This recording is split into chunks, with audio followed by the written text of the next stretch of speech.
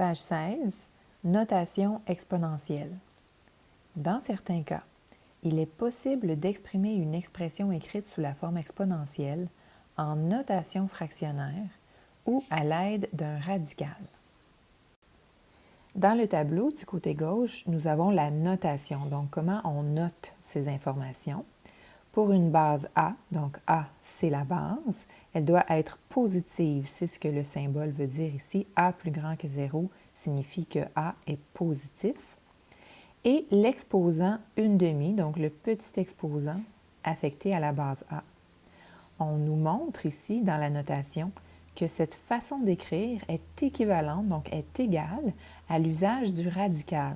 Donc A exposant 1/2, c'est la même chose que radical A. Concrètement, qu'est-ce que ça veut dire? Bien, on a un exemple ici concrètement. Si on a le nombre 81 affecté de l'exposant fractionnaire 1/2, c'est la même chose que radical 81, soit racine carrée de 81, qui donne 9. À quoi ça sert de savoir ça? Si, par exemple, dans un exercice, on nous demande de trouver la réponse de 25 exposant 1/2, bien, ce qu'on peut faire, c'est de remplacer l'exposant 1/2 par le symbole radical. L'avantage, c'est qu'on est beaucoup plus familier avec cette façon de l'écrire et ce sera plus facile à calculer sur la calculatrice. Racine carrée de 25, on trouvera que c'est plus ou moins 5. Il en va de même pour l'exposant 1/3, l'exposant 1/3. L'exposant 1/3 est l'équivalent de la racine cubique.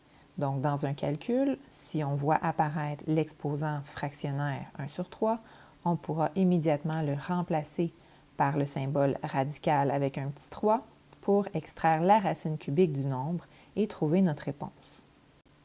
Finalement, le dernier élément présenté dans la théorie sur la notation exponentielle concerne les exposants négatifs.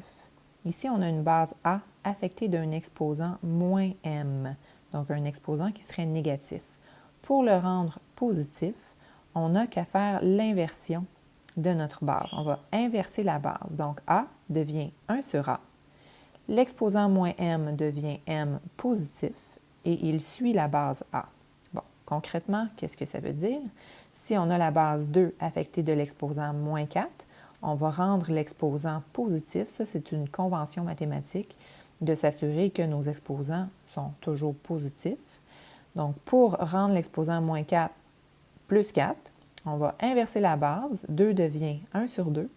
Le 4 suit la base 2, mais devient positif. Et si on le calcule, on obtiendrait 1/16. Je vais refaire cette manœuvre plus lentement avec vous. Alors, supposons que dans mon exercice, je repère que j'ai un exposant négatif. Je me souviens que je dois le rendre positif par convention. Alors, je vais mettre un 1 invisible sous ma base parce que la base 2, c'est la même chose que 2 entiers, donc 2/1. Ensuite, je vais faire l'inversion de ma base. Donc, le 2 s'en va au dénominateur et le 1 au numérateur. Pour ce qui est de mon exposant moins 4, il va rester collé à la base 2, mais il va devenir positif. C'est ce que je voulais. Je pourrais arrêter ici parce qu'en termes de ce qu'on a présenté dans la théorie, le but de la manœuvre, c'est de rendre l'exposant positif. Donc, le but est atteint, l'objectif est atteint. Mais si cependant on veut calculer la réponse finale, on va devoir multiplier la base 2 4 fois par elle-même, parce que c'est ce que signifie exposant 4. 2 exposant 4, c'est 2 fois 2 fois 2 fois 2, 4 fois. Et maintenant, on peut calculer la réponse finale. Donc, 2 fois 2, 4, fois 2, 8, fois 2, 16. On obtiendrait donc 1/16e.